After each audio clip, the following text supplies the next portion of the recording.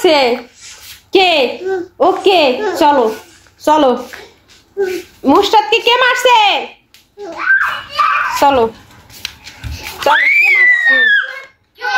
কে মারছে?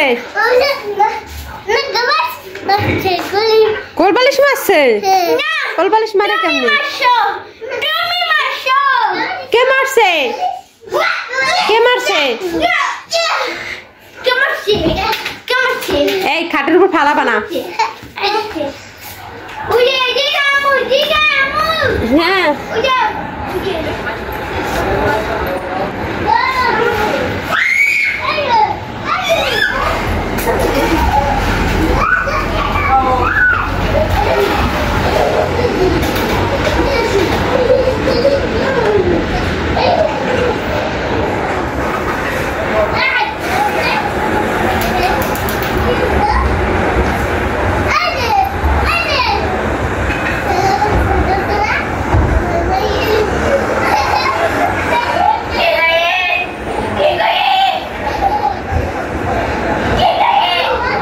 মারামারি কইরো না কেউ।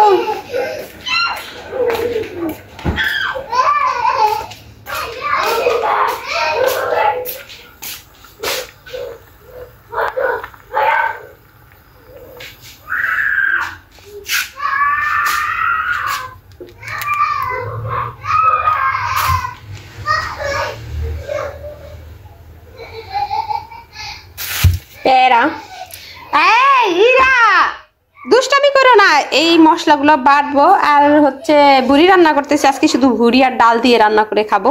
বুড়ির সাথে অন্য কিছু রান্না করলে তো বেশি খাওয়া হয় না, যার কারণে হচ্ছে ভুড়ি আর ডাল আর একটু শাক আছে, শাকটা রান্না করব। মশলাটা বাটি। মূলা ভাজি করলাম, দেখেন শুকনো মরিচ দিয়ে মূলা ভাজি করলাম। আর এই যে হচ্ছে হলো ভুড়ি হচ্ছে, আর এখানে শাক রান্না করব, আলু শাক। আলু শাকটা কিন্তু খেতে অনেক দারুণ দারুণ লাগে।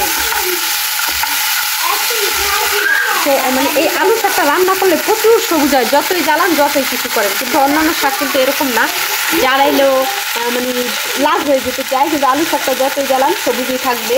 আর বুড়িটা হচ্ছে দুইটা হলে বাগার দেবো। যাও, কোথায় যাবা? বাইরে খেলা করবা?